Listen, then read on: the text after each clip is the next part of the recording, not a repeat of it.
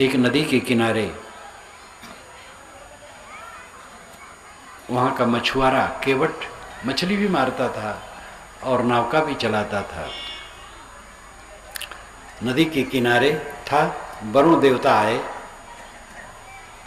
पुराणों में वरुण पानी के देवता हैं और वेद में वरुण नैतिकता का देवता है। वेद में वरुण का बहुत बड़ा महत्व है और बड़ा वैज्ञानिक है। मैंने अपने वेद में वरुण का एक संदर्भ ही रखा है, लेकिन पुराणों में आकर के वरुण पानी का देवता हो गया। तो वरुण देवता घूम रहे थे, केवट मिल गया, नमस्कार किया। वरुण ने कहा, भाई तू मेरी बहुत सेवा, बहुत दिनों से तूने मेरी सेवा की है, कोई आशीर्वाद मांगना हो तो मांग लो।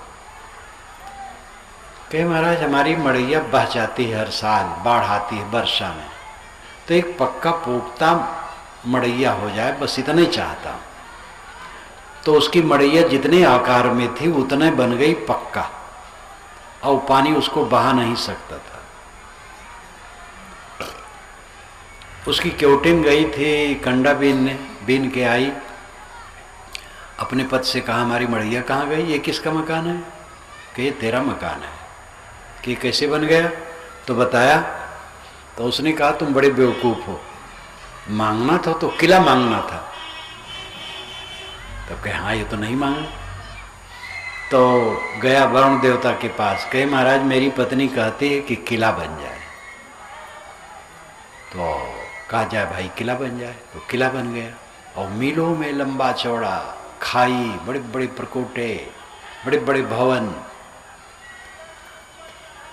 तो क्योटिन ने कहा ये बताओ किला किसके होता? कहे राजा के। कहे राज मांगा? कहे राज तो नहीं मांगा। कहे तुम कितने बेवकूफ हो, मैं एक एक बात बताऊं, राज मांगो।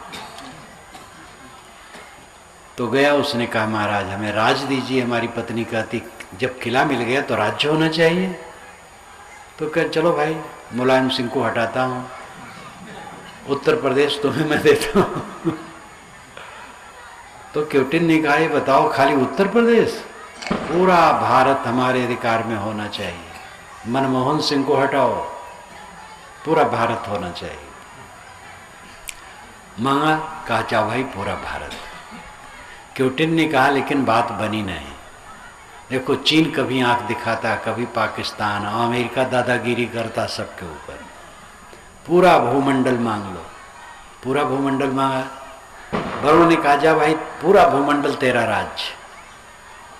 क्योटिन ने सोचा लेकिन फिर गड़बड़ हो गया। जब चाहूं पानी बरसे, जब चाहूं न बरसे। किसी स्त्री को पुरुष बना दो, पुरुष को स्त्री बना दो, जो चाहूं सो कर दो, ये मांगो उनसे। गए वरुण देवता के पास। जब केवट ने कहा तो वरुण ने कहा अब तुम कायदे के बाहर जा रहे हो, चलो वही झोपड़ी ले लो। फिर सब छीन लिया, वही झोपड़ी दे दी। ये भी बात समझाने का तरीका है, किसी के कहने से ऐसा बन नहीं जाता है। अर्थ है कि अपनी झोपड़ी में वो खाट पर पड़ा था और कल्पना कर रहा था पक्का मकान बन गया, किला बन गया, उत्तर प्रदेश हमारे अधिकार में हो गया, पूरा भारत हो गया, पूरा भूमंडल हो गया और मैं अब जो चाहता हूँ वही हो रहा है। इतने में आंखें खोली तो वही झोपड़ी। ये मन का भटकना, अनुपस्थित चीज को उपस्थित की कल्पना करना मन का भटकना। मनुष्य का मन भटकता है। भक्त ज्ञान वैराग्य के द्वारा जिसका मन स्थिर हो जाता है उसकी दिव्य दृष्टि हो जाती है और वह परमात्मा के घर में पहुंच गए। आत्मा परमात्मा है, मन स्थिर हो गया आत्मा में, बस परमात्मा में पहुंच गए। तो चल के नहीं पहुंचना है, रुक के पहुंचना है। ध्यान दीजिए, बाहर की मंजिल चल के मिलती है, भीतर की मंजिल रुक के मिलती है। बलरामपुर, श्रावस्ती, बहराइच कहीं भी जाना चाहें तो चल के वो जगह मिलेगी और परमात्मा से मिलना चाहें तो रुक के मिलेगी। और रुकना क्या है? मन का ठहर जाना। मन ठहर गया, परमात्मा मिल गया। जहां मन ठहरा आत्मा शुद्ध हो गया, बस वही परमात्मा है। आत्मलीन, आत्मसंतुष्ट, आत्मतृप्त। तस्याम आत्मायम लोकः एतमेव लोकमभिसंतः प्रवर्जना प्रवजन्ति। ये याज्ञवल्क्य ने बृहदारण्यक उपनिषद में जनक को उपदेश देते हुए कहा कि उस ज्ञानी के लिए आत्मा ही ब्रह्मलोक है। तस्याम आत्मायम लोकः, ज्ञानी के लिए आत्मा ही ब्रह्मलोक है। उस ब्रह्मलोक को प्राप्त करने के लिए ज्ञानी घर से बेघर हो जाता है, निष्काम, अकाम, पूर्ण काम, तृप्त काम हो जाता है। ये अपना घर है। मन सिमट आए, अपने आप में तृप्त हो जाए, ये अपने घर में पहुंचना है।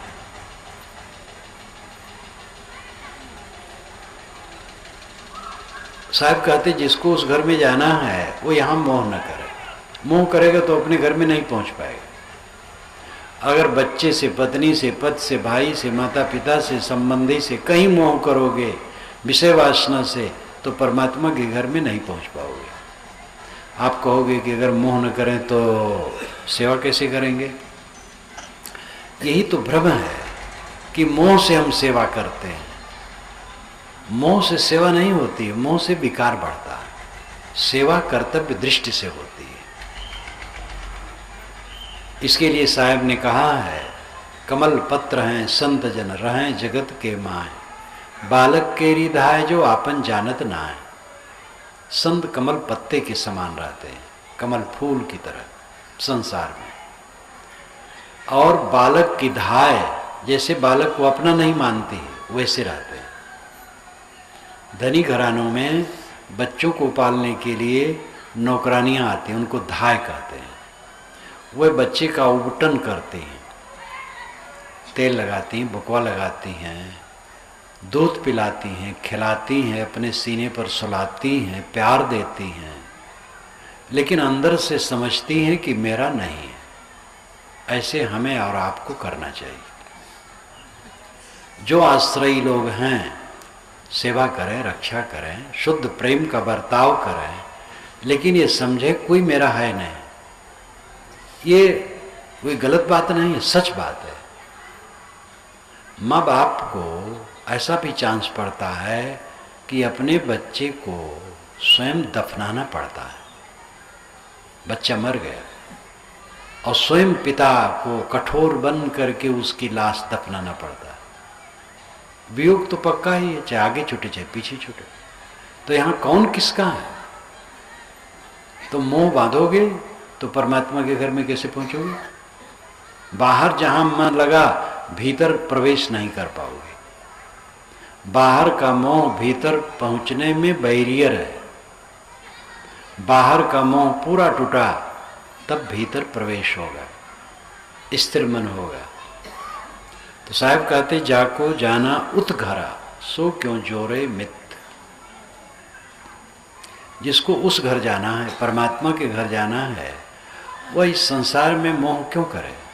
संसार में अपना कर्तव्य करे, सबके साथ सुंदर बर्ताव, मैत्री, बंधुत्व का भाव।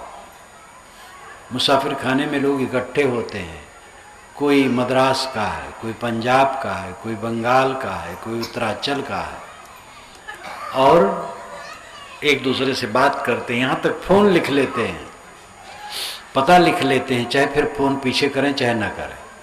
एक दूसरे को चाय पानी देते हैं, प्रेम करते हैं। लेकिन जब जब जिनका समय आया गाड़ी का, बोरिया बिस्तर बांधे और चल दिए। ऐसे इस संसार में हम लोग हैं, इस मुसाफिर खाने में इकट्ठे हुए हैं और लगता है कि ऐसे रोज रहेगा, लेकिन रहेगा कुछ नहीं। अपना अपना बोरिया बिस्तर बांध करके चल देना। बोरिया बिस्तर बांधने का अवसर थोड़े रहेगा, काल आएगा अचानक, जो तीतर को बाज, जैसे तीतर को बाज पक्षी झपट लेता है। रामायण की वो कहानी हमें बड़ी रोचक लगती है। लक्ष्मण को बाण लगा, वो चेत हो गए। तो सब लोगों ने कहा, रात हो गई थी, तो लोगों ने कहा कि सूर्य उगने पर लक्ष्मण जी नहीं सकेंगे, रात ही तक ये बच सकते हैं, अगर चिकित्सा रात ही में हो जाए तो बच जाएंगे। और सुखेण जो रावण का वैद्य है वही इसको कर सकता, दूसरा नहीं। तो हनुमान जी उड़े आकाश में और गए। रात का समय था, सुखेण अपने बरामदे में बैठा दवाई कूट रहा था। हनुमान जी पहुँचे, कहे आपको रामादल में चलना है। वो अचकचा गया, कहे आप कहाँ से आए? कहे रामादल से। आप कौन है? हनुमान। अरे ये विरोधी पक्ष में मैं चिकित्सा करने कैसे जाऊंगा? इतना संग्राम चल रहा है तो शत्रु के दल के लिए मैं चिकित्सा कैसे करने जाऊंगा? लेकिन हनुमान जी ऐसे वैसे नहीं थे, विद्वान थे। उन्होंने कहा वैद्य के लिए अपना पराया नहीं होता है वैद्य तो सबकी चिकित्सा करता है। कहे नहीं, बिल्कुल नहीं जाऊंगा, इतना संगीन है, रोज युद्ध चलता है, मैं कैसे जाऊंगा? हनुमान जी कहे मैं जबरदस्ती ले जाऊँ? कैसे ले जाओगे? कि बिल्कुल ले जाऊंगा, मैं नहीं जाता। बस हनुमान जी बरामदे से नीचे कूदे और जमीन में हाथ डाले, नींव में, और पूरा नींव पूरे मकान का निचोड़ करके वो कहे हाँ हाँ हाँ हाँ हाँ, अरे हाँ करते रह गए, लेके उड़ गए। अब उससे कूदे सुखेड़ तो टूट के मर जाए बेचारे ये भी रोचक कहानी, ऐसा कोई नहीं कर सकता वाल्मीकि रामायण में ऐसा है भी नहीं। वैसे वाल्मीकि रामायण भी लंबी चौड़ी बात खूब है, उसमें अतिशयोक्ति की कमी नहीं है। वाल्मीकि रामायण में भी अतिशयोक्ति की कमी नहीं है। महाकाव्यों में अतिशयोक्ति होती ही है, और केवल महाकाव्य वाले आप लोग नहीं अतिशयोक्ति करते हैं। आपने अपनी पत्नी से कहा कि रोटी लाओ झट से, मुझे बाजार जाना है। अब आपके ख्याल से 2 मिनट में रोटी आ जानी चाहिए थी और 5 मिनट हो गए। आपने कहा 6 महीना तुम परोसती रह जाओगी। अब 5 मिनट और 6 महीने में कितना फर्क होता है? तो खाली वाल्मीकि और वेद व्यासी अतिशयोक्ति करते हैं, आप लोग भी करते हैं। पानी कोई लाया पीने के लिए और 1 गिलास पानी में घास के 2 कण हैं, आपने कहा इसमें झुआ पर घास धर दियो। 1 गिलास पानी में झुआ पर घास कैसे होगी तो ये अतिशयोक्तियां। लेकिन जैसे हनुमान जी निचोड़े उनका मकान और हाँ हाँ हाँ हाँ करते रह गए और विवश हो गए, ऐसे मौत आएगी और हाँ हाँ हाँ करते रह जाएंगे और लेके चल देंगे, कुछ नहीं होगा। एक व्यक्ति के पास मौत आई, कहे चलो तुम्हारा समय खत्म। कहे हमें भाई बहुत काम करना है, आपको अगर मुझे ले चलना था तो इसके पहले नोटिस देना था, मैं काम कर लेता। मौत ने कहा मैंने कई नोटिस दी हैं। कहे मुझे मिला नहीं, डाक की गड़बड़ी है। मौत ने कहा मेरी नोटिस डाक से नहीं आती, मनुष्य के ऊपर आती है। पहली नोटिस थी बाल पकने लगे थे, दूसरी नोटिस थी आँख से कम दिखाई देने लगा था, तीसरी नोटिस थी दांत उखड़ने लगे थे, चौथी नोटिस थी चाम में सिकन आने लगी थी, 5वीं नोटिस थी कब्ज सुनाई देने लगा था। मैंने कई नोटिसें भेजी हैं, अब वारंट है, वारंट में छोड़ा नहीं जाता है।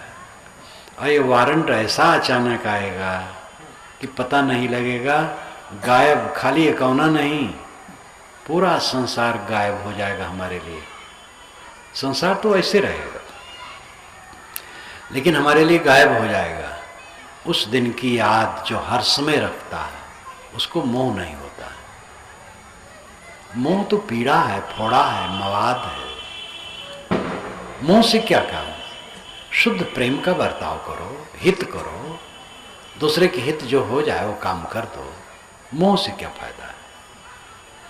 तो साहब कहते जा को जाना उत घरा, सो क्यों जोड़े मित, जैसे पर घर पाहुना रहे उठाए चित्त। ये साधन बताते हैं साहब, जैसे पर घर पाहुना जाता है तो अपना चित्त उठाए रखता वहाँ से घर के लिए, तैसे यहाँ से हमें अपना मन सदैव परमात्मा के घर के लिए उठाए रहना चाहिए। हमें परमात्मा में पहुँचना है, ये संसार कूड़ा कबाड़ छोड़ देना है। साहब ने कहा ये संसार सकल है मैला, राम गहे ते सूचा, कहें कबीर राम नहीं छाड़ो, गिरत परत चढ़ी ऊंचा। ये सारा संसार मैला है, राम को पकड़ो वही पवित्र है। राम को न छोड़ो, गिरत परत चढ़ी ऊंचा। गिरते पड़ते ऊंचे चढ़ जाओ, कहीं फिसल जाओ तो घबराओ मत। गिरते हैं सवार ही मैदाने जंग में, वे तिफल क्या गिरेंगे जो घुटनों के बल चले। मैदान के जंग के मैदान में, युद्ध के क्षेत्र में शूरवीर ही कभी कभी घोड़े से गिर पड़ते हैं। जो घुटने टेक करके बच्चे चलते हुए बेचारे क्या गिरेंगे। जो साधना करता है उससे त्रुटि हो जाती है। कहीं अंदर अंदर त्रुटि हो गई, मन खराब जगह चला गया, कहीं मुख से कट निकल गया, कहीं खान पान में कहीं त्रुटि हो गई, कहीं लेन देन व्यवहार में त्रुटि हो गई, तो साधक की त्रुटि जो हो जाती है वो साधक उसमें घबराता नहीं, फिर उठ के चलता है, फिर संभालता है अपने को।